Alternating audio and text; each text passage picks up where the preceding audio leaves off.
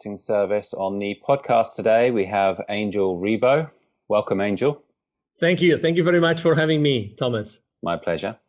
Would you like to tell the audience a bit about yourself and what you do? Oh, absolutely. Well, I'm originally from Barcelona, although I live in Texas. I've been living here in the Dallas area for the last 10 years.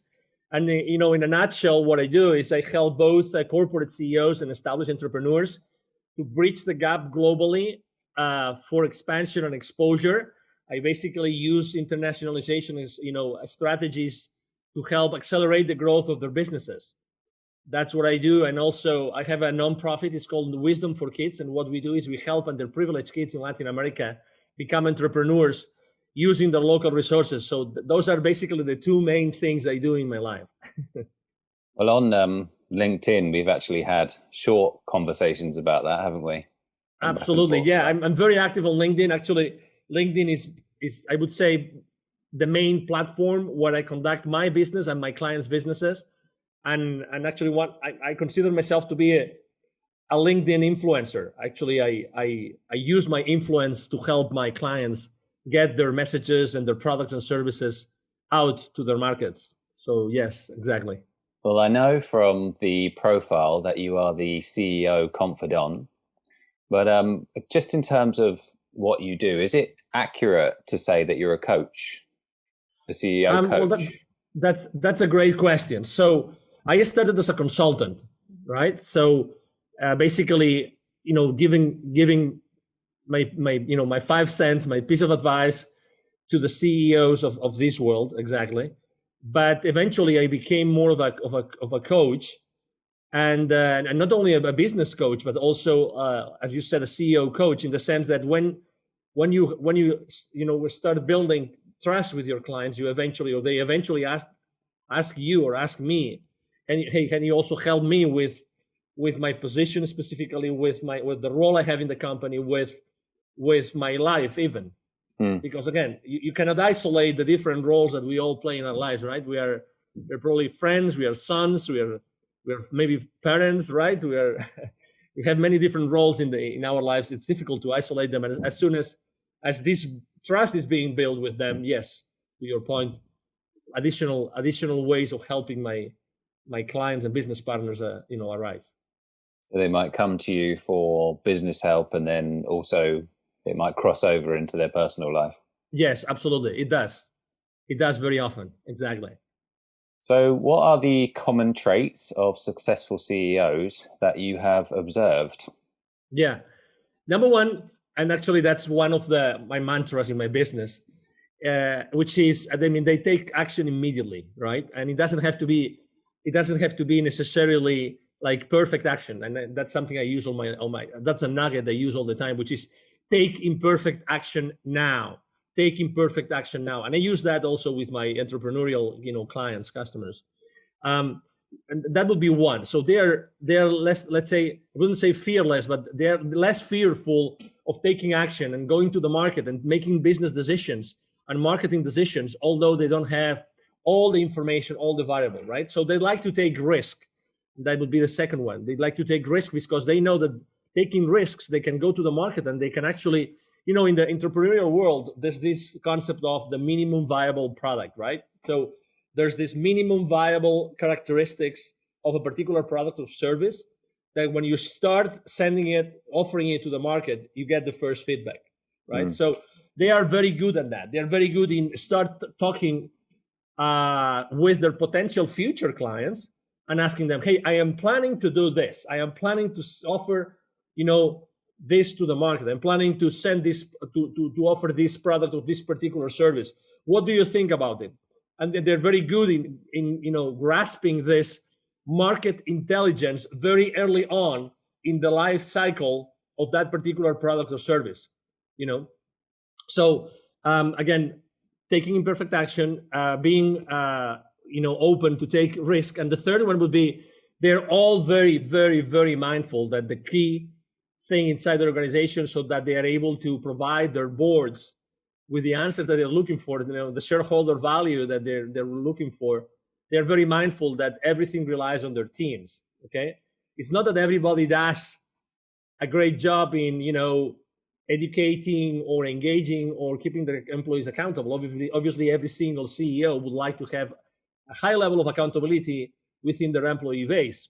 But the reality is that that depends a lot on their leadership style, right? Hmm. It depends a lot on the engagement of the employees. But they are definitely completely mindful that and conscious that their team is everything for them, and every single decision they make as far as growing their team or maybe downsizing it whenever the circumstances make them do that, they are very, very mindful that the talent and everything that they have been developing within their team is the main asset that the company has. So they put a lot of effort in making sure that their own messages, the messages that come from the board, really, really, really go down, not only onto their own leadership team in the company, but to the rest of the employees of the organizations. Those would be my three main traits that I have found throughout my life. The first thing that you mentioned is also something I've heard about billionaires. So they basically looked at common traits among billionaires, and the way they phrased it, which is reminding me of what you said, was they're willing to take action regardless of the certainty of whether it will work or not.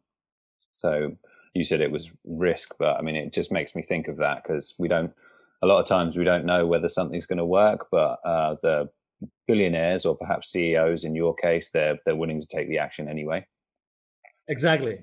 And actually, this is also a common trait with not.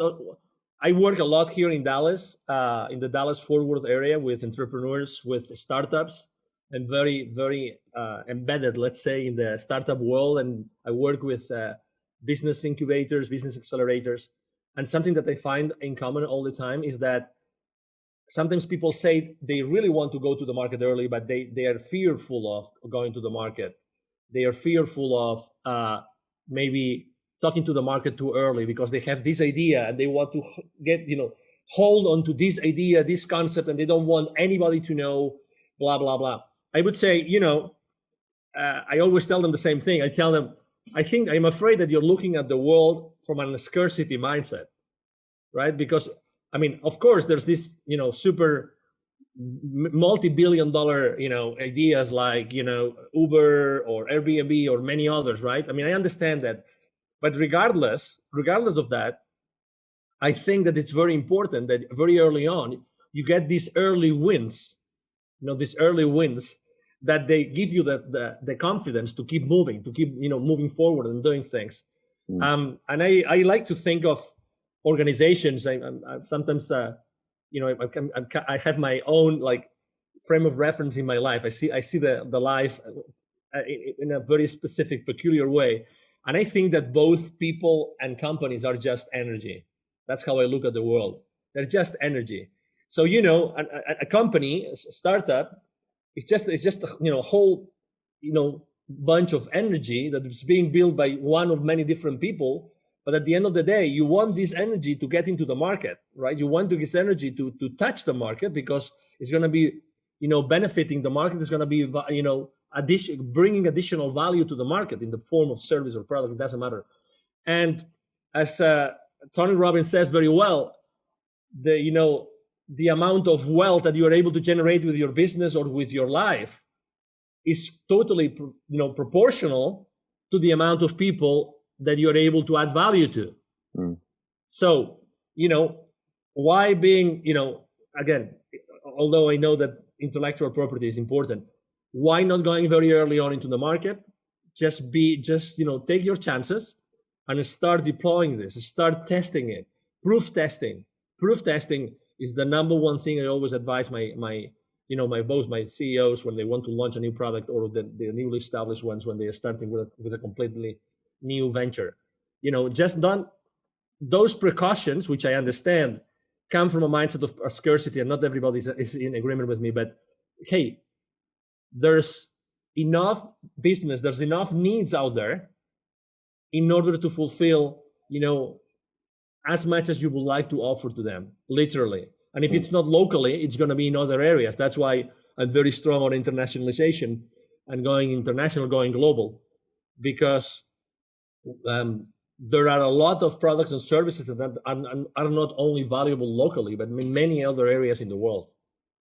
Well, yeah, so much so. And tell me if this was not what you were going for, but your phrase about the minimum viable product, so much so that it's actually got its own name now, right? So it's in they call it products being in beta. So, we're pushing this out and you're going to be the ones that are testing it, right? Is that kind of what you meant? Yes. It's the concept is exactly is very similar. In the entrepreneurial world, they use this term just because, it's the minimum viable as far as what? Viable as far as you are able to serve a need, right? So exactly, it's the earliest stages of a product or of a service, which is exactly the concept of a beta, right? So you are telling your clients, I'm launching this. I would like you, if you were so kind, to test it along with me, and you tell me the feedback. You tell me what you think about it, so we can move forward. Exactly. I think that the smartest companies do that. They actually reach out to you and they tell you, would you like to beta test our next product or service? I think it's extremely smart, and allows you to have this early on feedback from what will happen down the road. So because you've worked with so many of them, what are the common mistakes that a lot of CEOs make? If I had to mention only one, the most important one is definitely that they don't care enough about engagement. They don't educate their teams enough so that they don't feel engaged, and they don't engage, And if they don't engage, you cannot keep them accountable. So, is that with staff engagement? Yes, exactly. That's definitely the one. And as the company grows, one mistake that I see very often is that they stop being the leaders that they were in the beginning when the company started. So they little by little they kind of start building the ivory tower kind of thing, and they forget about they're not so involved and engaged with the rest of the team. I would say that's definitely the number one, let's say, mistake or challenge they have as soon as they start growing, making sure that they give their teams the right education, so that they really feel that, oh my God, I feel empowered. I really understand that we can do this. Because at the end of the day, we do not have to forget. I mean, you have your own business, Thomas, so we don't have to forget that, or we shouldn't forget that we exist because we put an equity, and we want a high return on that equity. We invested in our business. We invest with our time, which is the most valuable thing that we have in our lives, our time. We invest that time and that money, and we want a return. That's why companies exist, to provide the owners, the shareholders, to provide them with a return, right? That's why we exist. And sometimes we forget that, but what if every single employee was fully aware of the financial implications of their business decisions, right? So that's extremely important. And that actually, it's funny because, as you know, it wasn't the case in Europe, and it's not the case here in the US either. We are not educated, from kindergarten up to 12th grade or high school, we're senior high school. We're not educated on financial, acumen. We're not educated on financial literacy. So even if we have worked for large corporations and then we become entrepreneurs ourselves, we have never received the right level of financial literacy, which allows us to be fully mindful of the consequences of what we do. It's kind of up to you, isn't it, if you want to learn about that stuff? Exactly. But it's funny because we are still, both of us were entrepreneurs, right? We still made the decision of going out to the market, offer our services, and risk it. We risk it every day. We risk it every day. We go out there, we have our marketing, we have our podcast and exposure and everything, but still we risk it every single day. So if you take this into larger organizations, the reality is that there is a common elephant in the room, and that goes up to C-level as well, to the CEOs, which is not everybody has received the right level of financial literacy. I mean, I was reading the other day a great book that speaks about very basic business concepts, and uh, only 46% of C-level of business operators really understand the basic financial principles of organizations. Only. So it means that there's this big elephant in the room. Excuse me, I just let me take that back. It's 46% of C-levels are able to understand the main financial principles of the organizations. So it's not that they don't understand it. It's just that they have not been trained to do it. Mm. They have not been educated to understand fully the financial implications of the business decisions that they make every single day. That's why that's definitely the number one challenge. It's the disengagement of the employees for a lack of, or due to a lack of education. Well, coming back to your point of engagement, do you think that's a problem of incentives? So I think there's an issue with staff potentially speaking up where there's an element of risk there for them. Whereas if they don't speak up about let's say a problem or an issue, they're no worse off than they already are right there. Yeah, you're talking about another of the challenges that companies have, which is managing expectations, right?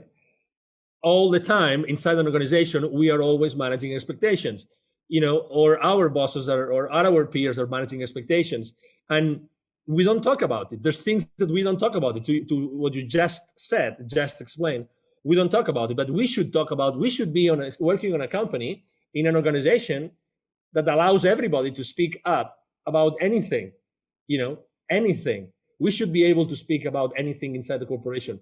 One of them being incentives. Is incentives an important ingredient in the engagement equation? Absolutely, it is, but it's not the only one. And again, think about your career, right? Think about your career since you had your first job until you had your last job, or even if you have a job right now. Would you trade some of your paycheck for having a better job? A better boss, okay, or a better culture? Would you be willing to forfeit part of your check if you were going super excited every single day to your work, to the company that you're working with? And I would probably say yes, 99% of the time. Yeah, I think there's a lot of evidence to suggest that that's the case. Exactly. Because, when you are excited, you love it. I just love to go to that place and meet with that person and work together with that thing, because it's, again, and that's something also that Tony Robbins says very much, which is the quality of our lives is the quality of our emotions, right? And again, unfortunately, we trade in those emotions for money. So is money a good incentive? Yes. And there's people maybe that are more incentivized by money than others, but still, what about culture? What about culture? What about if you were given all the education, again, going back to education, what if you were given all the education that you need inside the company, that you feel really empowered? You feel really empowered and you feel that you thrive in that organization. Is that going to impact positively engagement? I do feel so. I do feel so. So that's why I believe a lot on, very much on money is important. And again, for me also, money is a matter, is a form of energy, right? Which is good, obviously. And we have to pay our bills, and we want to buy our houses, our boats, our airplanes, whatever that is. But still, it's the every single day emotion that we go through and experience, human experience with our feelings and emotions, that really counts. And, when you go back home at night, when you explain, how was your day, right? If there's someone at home asking you how your day was, even if it is your dog, right?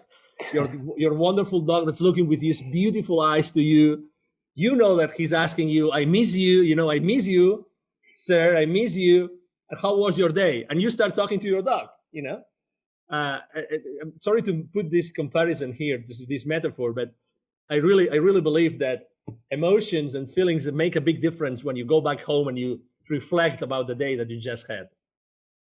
No, it's the way you want to spend your life, right? So I totally agree with you. Yeah, exactly. So have you got some success stories that you're proud of in helping CEOs? Yeah, there's a lot of stories. I would probably like to explain or to tell the story about a small company, just because I think that there's a lot of entrepreneurs out there. There's a lot of people listening to this podcast, and obviously, I thank every one of them here right now listening to us, because I think that it's a story of consistent, imperfect action being taken and believing in one's products, services, and team. I remember a company that went from literally a few thousands of dollars and having also only 2 employees that I started to work with. I started to support, I started to coach, I started to help them go to the market. I started defining the different, functions of inside the company. And within 2 years and a half, they were already 43 employees, and they were really, really close to $1.5 million in revenue. I like to explain that story because the owners were very young. Mm. And I remember that I was reluctant to start working with them because they didn't have really that much of an experience. The most important experience that they had was in a very large corporation. It was actually an appliances company, both of them. They had different, engineering responsibilities, positions inside that company. But they didn't have management experience. Again, they didn't have management experience. But oh my God, their passion was over the top. You could tell these guys were going to do it. I still remember when they came to see me. I think we met at a restaurant or a coffee shop. I was inside. I saw them when they arrived in their car. They had this very small, tiny car. I mean, I remember that. I mean, image as if it was now. But they were with this big smile in their faces, and they really wanted to do that, and they really wanted to work with me. And oh my God, it was a blast. I mean, obviously we are friends today, and we respect each other a lot. But it was their passion. It was there's nothing impossible. We are going to do this, and we are going to do that much better than anybody else. It was this, I mean, they didn't care about competition. It doesn't matter if we are the newcomers. It doesn't matter. We are going to do this in a better way and the right way. And we're going to put a lot of innovation in what we do, and we see the world in a different way. And if I had to reflect and also say, besides their passion, what also made them successful, because they didn't have the experience as business owners, right? Mm. Is that they were really good in dealing with people. Their team members loved them. They were a couple. Their team members loved them.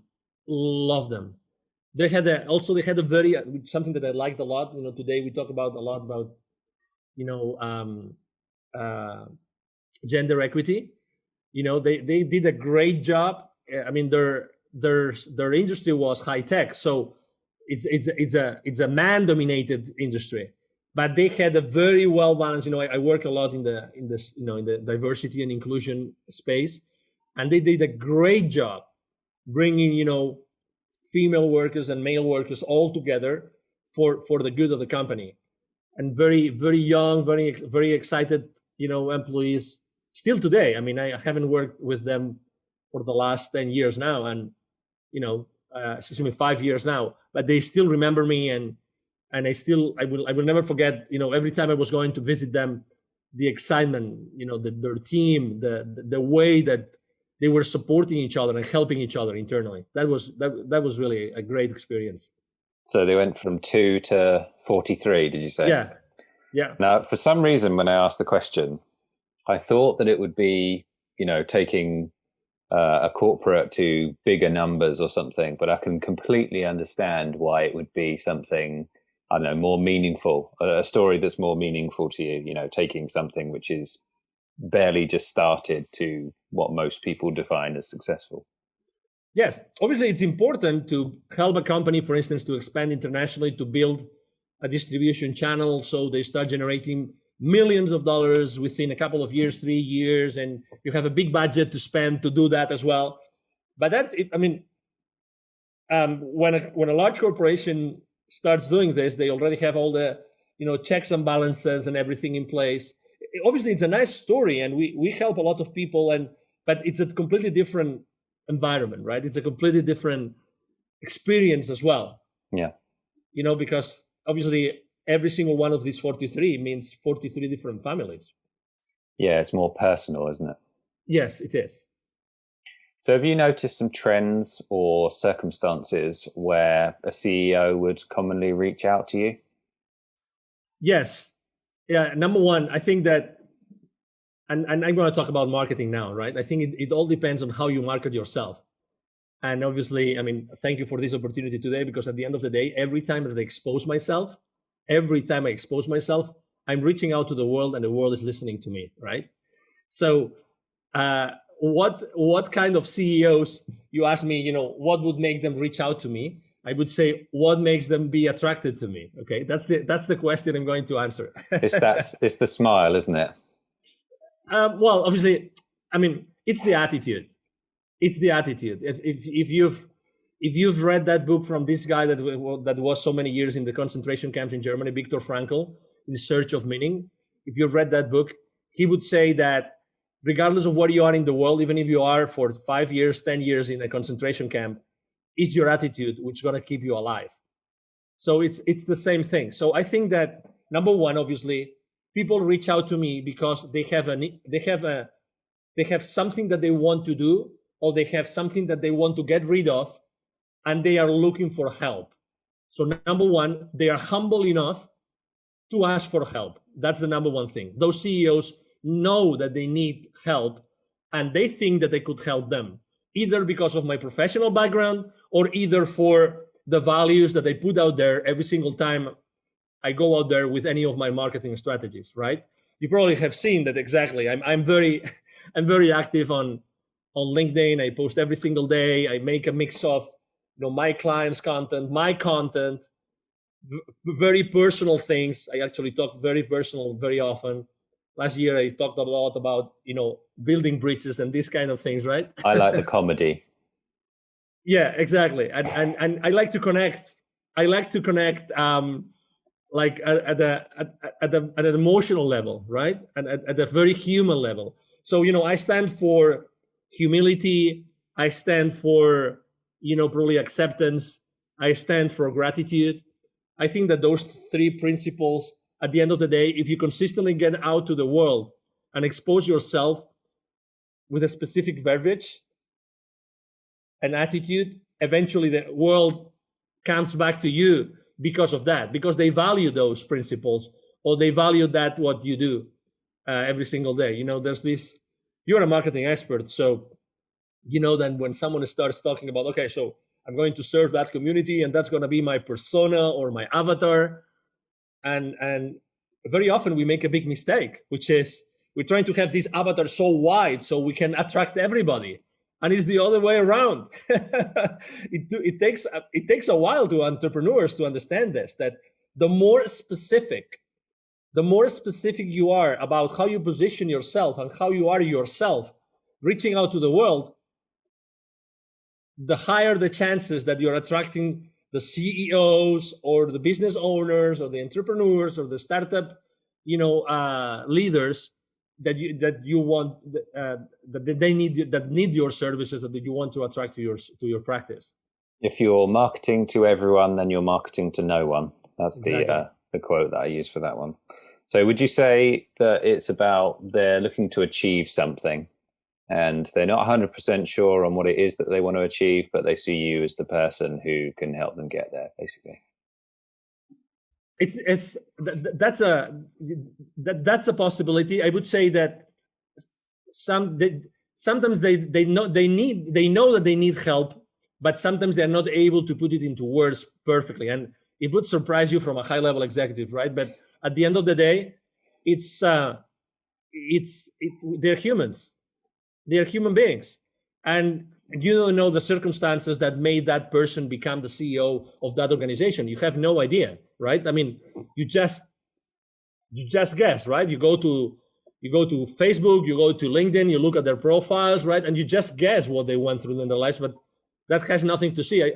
I think that anything holds on paper. Anything. You can justify anything just because of a piece of paper, right? But what is the reality behind that? What is the real concern? What are the emotions? What are the feelings? Right? What is the thought process of a person? You have no idea until you start talking to them. That's why I'm saying they might want something, but they don't really know what they need. I'm going to repeat this. They might want something, but not necessarily know what they need. Right? So that's why, in the beginning, in the initial conversations with our, potential clients, that's what we do. We try to make sure that maybe what they think that they want, you can provide them because you have been able to understand what they need, right? So they have a sense of fulfillment when you provide them with what they want. Does it make sense, Thomas? Profound. Yeah, it is profound. Yeah, but it is. Yeah, I mean, we are complex. We are complex people. I mean, individually, we are, we are the sons and daughters of all the circumstances that we have lived in our lives. Well, the other thing that your answer made me think of is when you get to CEO level, it's perceived by everyone else that that person's super successful and everything they do just kind of works. But in reality, it's a lot more messy than that. Oh, absolutely, exactly. It's I when I lived in the UK, I learned a term that I have used since, which is orderly disorder. Orderly disorder. Okay, so we would think that CEOs, besides being successful, besides having a nice paycheck, right? Besides all of that, they have a very ordered life. Or maybe they have an orderly disorder life. I would say they don't even get there, to be honest, because most of the time they have had to sacrifice some aspects in their life, some of the roles, in order to be so successful. Okay, so again, we're going back to the same place. It's like when you are a CEO and you go to meet your board, the shareholders, right, the investors, it's like when if you're ever being called, Thomas, to the principal's office, it's kind of the same thing. He's still a human being, or she is still a human being. The CEO is still a human being, and they have to respond to the commitments that they made the previous quarter or the previous fiscal year, right? Whatever the checks and balances are. But again, they are still human beings, and they have had to sacrifice because how many hours, is it 168, right? Hours a week. So we have 168 hours a week. So that's how many hours we have, all of us. It doesn't matter if you are the CEO of General Electric or British Aerospace, or you are a small business owner, or you are an employee. It doesn't matter. We all have the same amount of hours. So what do you do? What do you sacrifice? Are you obliged to sacrifice? Probably you are too. You are. So are you at the right company as a CEO? That's another question that sometimes I help CEOs to answer. Are you at the right? I mean, what is the toll that this role of yours is taking into your life? What is the toll? Are you willing to keep on paying that toll every single morning when you get into your car and you're driving towards your office? Is that still enough? Is it still paying off? Are the dividends, are your personal and family dividends enough? And for instance, a family is a good indicator, right? Family, kids, wife. This is a great indicator of someone's life, of someone's quality of life. Because, I mean, obviously not everybody feels compelled to have a family, but the ones that do, very early on, they realize that they want to really live the lives of their kids. Otherwise, someone else is going to be, raising them, excuse me. Yeah. Do you find that asking that question, typically, are they in the right role often, or are they often not in the right role as CEO or in the right company even? Most of the time they're in the right, they are in the right. Well, they think they are because, I mean, they have been reinforcing that thought for how many years? How many years did it take to them to be in that place? So can you imagine how strong those neuronal connections? Let's talk about thoughts, right, and beliefs. Considering the neuroscientists, the people that know much more than me about thoughts and ideas and beliefs, they say that every single idea is a neuronal connection in your brain. The more that connection fires together, it wires together. So imagine someone that has been for their entire lives, firing together those thoughts. I have to do this because I want to reach the summit. I want to reach the summit of my corporate career. I want to do that. I want to do that. So their thoughts are very strong, very strong. So then it's when you ask the right questions is that they start opening themselves and they start valuing and assessing the decisions that they made throughout their lives. And there might be my questions, or there might be maybe some incidences that happen in their kids' lives or in their relatives' lives, or even at their parents' lives. Some people are always very attached to their parents, and sometimes parents obviously they age, they grow older, and sometimes they don't have their kids around or their children around to help them as they age. So yeah, so I think there's always a discovery there. Well, I think that I heard that regarding changing people's minds, the sort of the emotional feeling that people have around changing those beliefs is because in the brain, it's located near the pain center. So it's almost like if I have to change my mind at this point, it's actually going to be painful for me. That's the link that's somehow there. Although I'm no neuroscientist, so that might be completely wrong. Yeah, I don't know about that, but obviously, we are still animals. We are sophisticated animals, and our brain is still, the heritage of this animal kingdom that we originated, initially, and we have to. Well, we know that this is, we want to preserve our life, right? That's the main thing. We have this survival instinct, and we still have this survival instinct totally ingrained in our personality, in our character. So a segue into how did you get into the field of coaching CEOs? How did you start in this? Yeah, so basically, when I started my career in the 90s, actually it was in the moment in which I moved out of Barcelona and I started my work in the UK, that I started to make a lot of phone calls. So my position was an inside sales position at that time, and it was caring about corporate accounts in many different countries in Europe. But the phone calls I was making were from the UK. So I started to have systematically over a thousand conversations every single week. Okay, so I was having a lot of conversations. We were really a machine. You would say they would be very brief. I mean, not necessarily. I would have like long conversations and very short conversations. But when you start talking to people, and most importantly, listening to people, you realize that we don't have different problems as human beings. We all have a lot of the same problem. And it's fear for one reason, for another. We feel uncomfortable, we feel unease, whatever that is. And that relates to our company, it relates to a business, it relates to our employees, it relates to our finances. But at the end of the day, we all have the same thing, which is we are fearful for something. There's something that we would like to feel more comfortable about, right?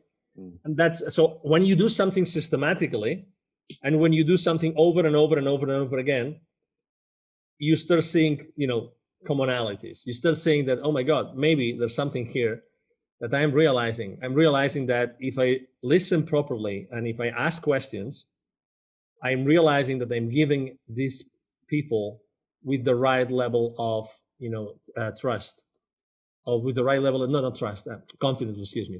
We use the same word in Spanish. So, and that's when I realized, oh my God, I really can do that. And also something is that I was very good in dealing with gatekeepers. So I would reach out to C-level executives with some frequency. So I realized that, again, these people were, exactly the same way that the people at the bottom. You know, maybe they were more scarce in time. I get that, right? Because they have a lot of things to do in a single day. I get that. But at the end of the day, they're human beings. And the good thing about people at that level is that they don't get any we would say BS in the UK, in the US, right? You understand what I mean? So it's good to have a very direct conversation. Mm-hmm. So they don't, you don't have to go around the bushes. It's great. I love to be direct. I love to be in a conversation in which, we spend 5 minutes and not 30 minutes, or we spend 10 minutes and not, 1 hour. You know what I mean? I like to have a straightforward conversation. So this is the deal. This is what I would like to do. This is what I would like to accomplish, blah, blah, blah. I like that. Maybe that's the only difference. But to your question again, it's realizing that when you do something consistently, you realize that people really want to be heard. And you are good in listening, and you are good in analyzing what they're saying. That's what got me started. You made a lot of progress in that, and you thought, I can do this. And then what was the steps after that? Well, I have to say that I started to do that while I was in corporate America. So that was part of my role. So even if it was not written in my job description, because coach is like a soft skill to be considered in the job description in a corporate environment, right? But in reality, the people I was working with, and I was throughout my corporate career, I was actually coaching a lot of CEOs, both for growing their businesses and for making buying decisions. So I started to do that consistently. So again, it's like my frame of reference was different. So even though I was always developing business, so like selling, right? Developing businesses for different companies and helping companies develop their businesses, I was always myself on that spot of being a coach. It's like I made the decision myself of being a coach, not only being someone that would be there to tell them you have to do this, this, this, this, and this. And if you don't do this, you're going to fail.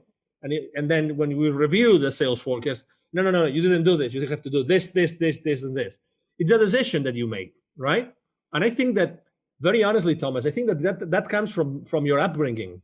That comes from your heart. That comes from when you have a relationship with someone. Where does your relationship start from? I think that it's a common denominator in your life, that you start every single relationship from the same place. I really felt like that myself. Honestly, I really felt myself being in that place of, I was always coaching, like asking questions, trying to understand, right? Trying to understand.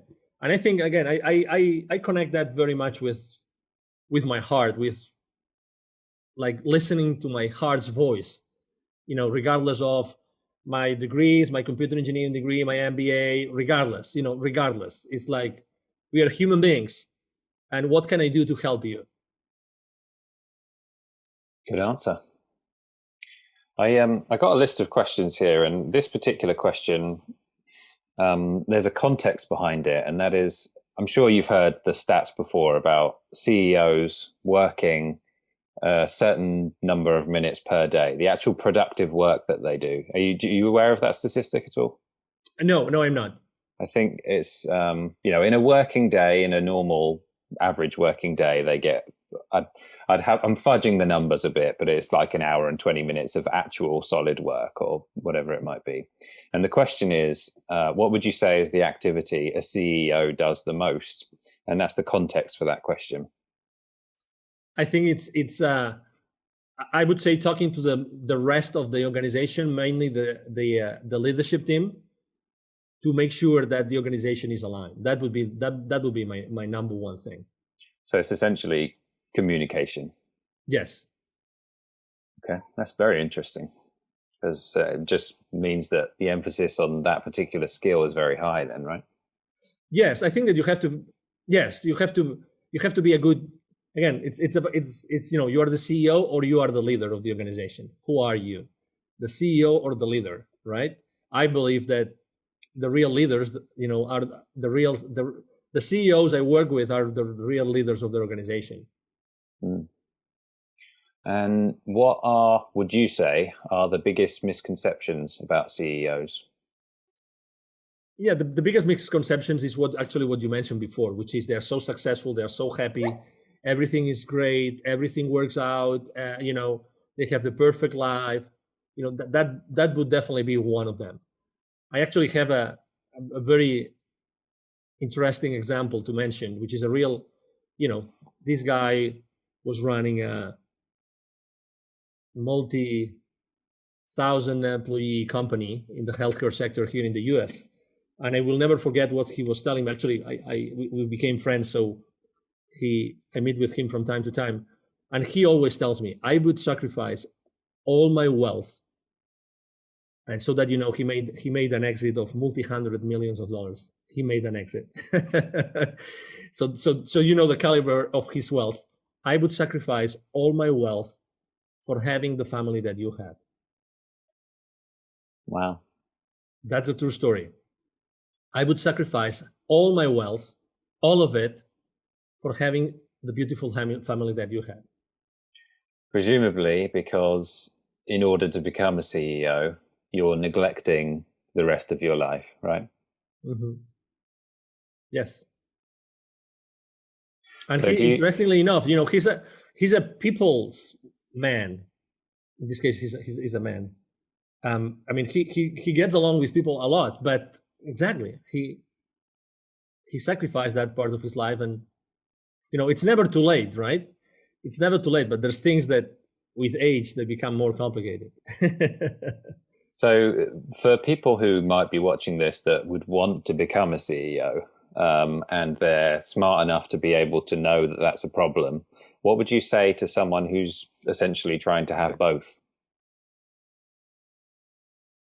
Put your priorities right. Put your priorities right. I think that you can achieve both, but you have to put your priorities right since the very beginning, and make the different roles in your life support each other. Sometimes we believe that we can only be one thing or another. How can one thing help me be the other, right? So how can you involve, maybe, I mean, there's CEOs that bring their families to their companies. I mean, I don't mean like employees, but maybe they bring them to just to show them things that can help them. They bring their kids because they want their kids to be inspired. So and some others try to keep both worlds very separated, very different, right? Very, one aside from the other, one apart from the other. But I would say that get your priorities right very early on in your career, and number two, and make sure that you always think of your life as a pyramid, that every single stone supports each other.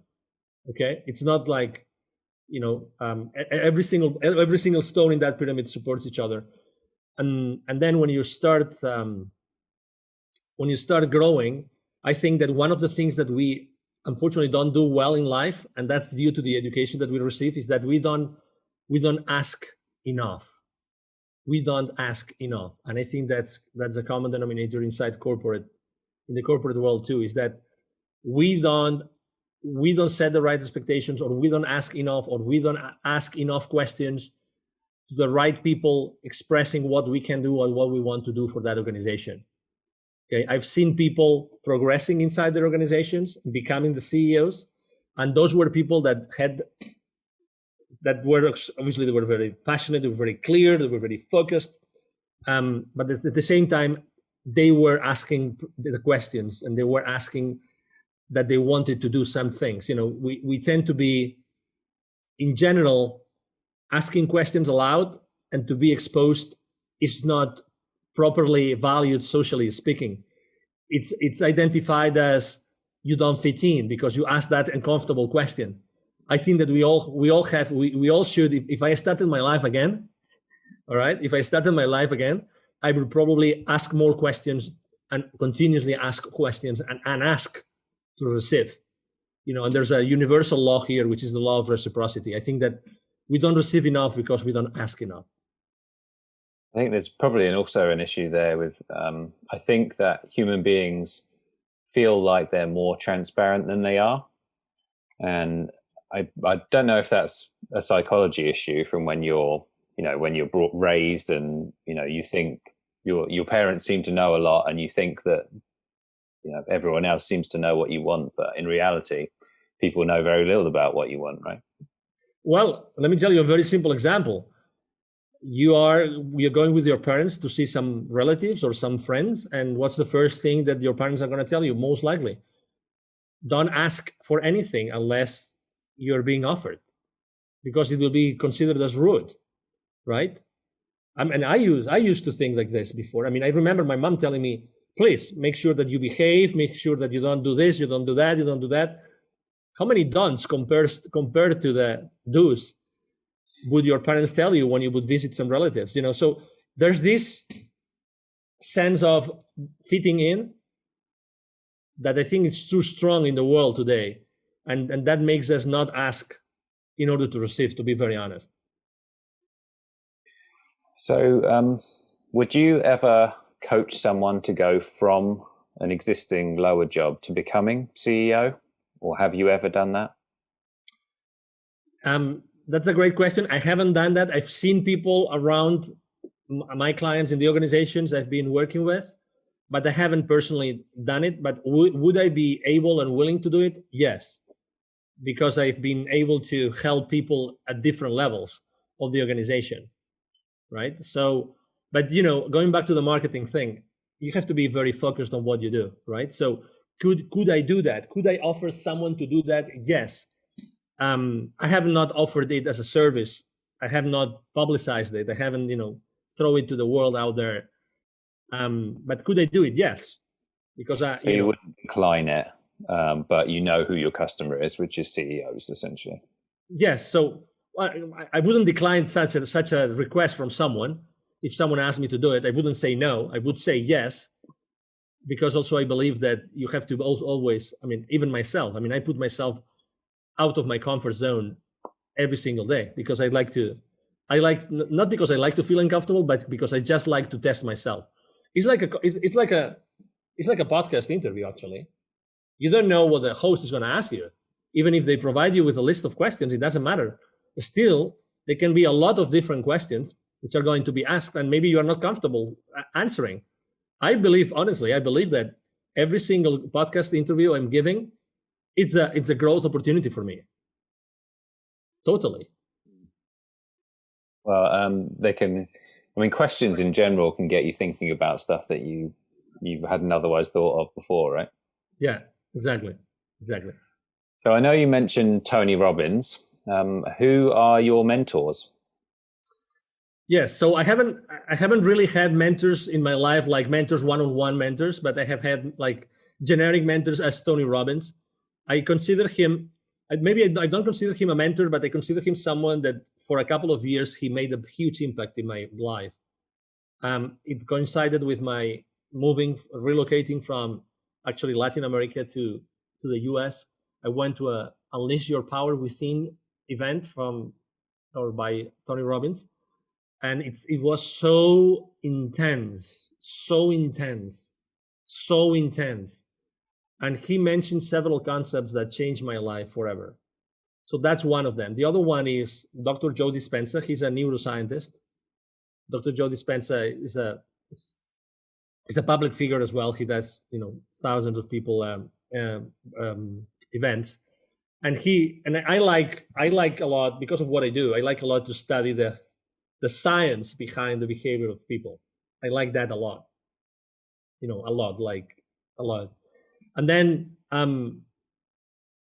I consider myself very spiritual in the sense that I'm always looking for additional answers to what's going on in the world, what's going on in my life, what's going on in the universe, these kind of things, And when you are trying to find those answers, so there's a whole bunch of people, I have a list of affirmations that I use every single day. I try to sing and I try to dance, those are my mentors because I'm a very high energy guy. I can be very, very quiet, but at the same time, I'm also, I build myself with additional strength every time I sing or every time I dance. I really, those are activities that feel my human and spiritual side a lot. Well, I like the story about the UPW event. I haven't been to one personally, so it's interesting that you say that. It makes me want Yeah, to go even more. very intense, very, very intense. Can you tell me about when you met Les Brown? Because I'm a fan. Yes, of course. I sit on the board of an organization called Evolutionary Business Council, and I we are basically a group of very highly influential people in the world. We are like almost 600 million people altogether of outreach. And we are only 320 people in that organization, but that's the combined outreach that we have. And we very often invite people like Les Brown, and he's actually a member of the organization. Okay, so we invited him, and we were together in Costa Rica, and we had a blast. We were like 4 or 5 days together. It was a very small event, and yeah, we became very close. I mean, we have now common friends, and there's people that in his team, and he is actually I have interviewed him for my activities. I remember one time I did a telethon, like a 22 hour straight of live interviews on Facebook, and one of my interviewees was actually Les Brown. And since that was 4 years ago. That was 4 years ago. You've probably seen the picture online, my picture with him, right? And we've been in contact. I met his son then also as well. I met his daughter. Yeah, he's an extraordinary human being with a great Yeah, team. I've quoted Les Brown many times, so Yeah, I'm a big fan as well. yeah. But yeah, great story. I've been doing our podcast. I did a little bit of research, and can you tell me about your goal to help 810,000 kids to become entrepreneurs? Yes. So when I started, Wisdom for Kids, basically I started assessing what's the need in Latin America, and the need is very clear. There were 81 million kids in Latin America in 2012, according to UNICEF figures. So I had when I was living in Latin America, I lived in Latin America for 10 years. When I was living in Latin America, I was seeing the poverty all over the place. So when I left corporate America, I decided to start with a couple of friends. I started Wisdom for Kids, which is the foundation that I'm the president of, and I co-founded. And what we do is we help underprivileged kids in Latin America become entrepreneurs using the local resources. So basically, I saw this huge opportunity of helping kids with my entrepreneurship skills and my friends' entrepreneurial skills, and also to connect those worlds, the worlds of the very highly influential people in Latin America I had met when I was coaching, because I coached a lot of people in Latin America, a lot. I lived there for 10 years. And to bring this world down or in connection with the most underprivileged people in the world, which are the kids, right? And then everything started. So we have held more. We had to stop activities last year, but we have held more than 1,000 families with their kids in different areas, mainly in Mexico, because it's the closest place here to the US.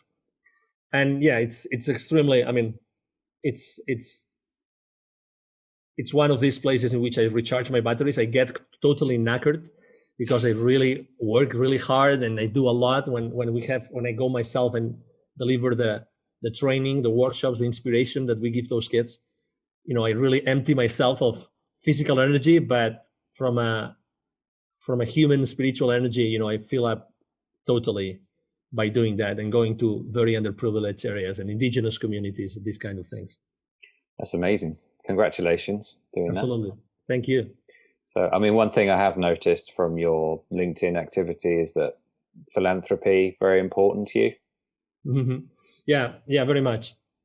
Because I have been volunteer for local hospices here. I always think that we can do so much more with our time. It's like getting your priorities right. I really think that, as opposed to be And I do that a lot because of my business, but as opposed to be on social media or on TV, you can do so much more to make this world a better place, this world a better place.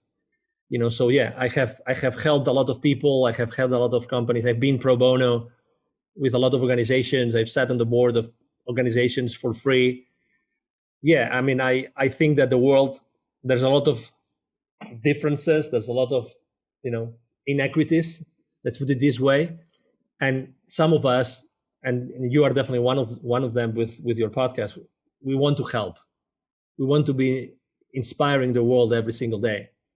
So.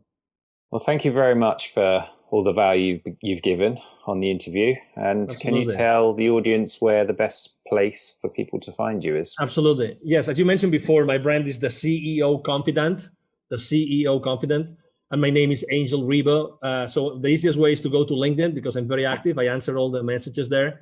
And then my email is very simple. It's Angel, ANGEL, at Angel Ribo. Ribo spelled as RIB as in boy O, Angel at angelribo.com. That's my email address. That's the easiest way to reach out to me. And Thomas, I wanted to say thank you very much for you allowing me to be here to speak to your audience and for having such a great conversation with you today.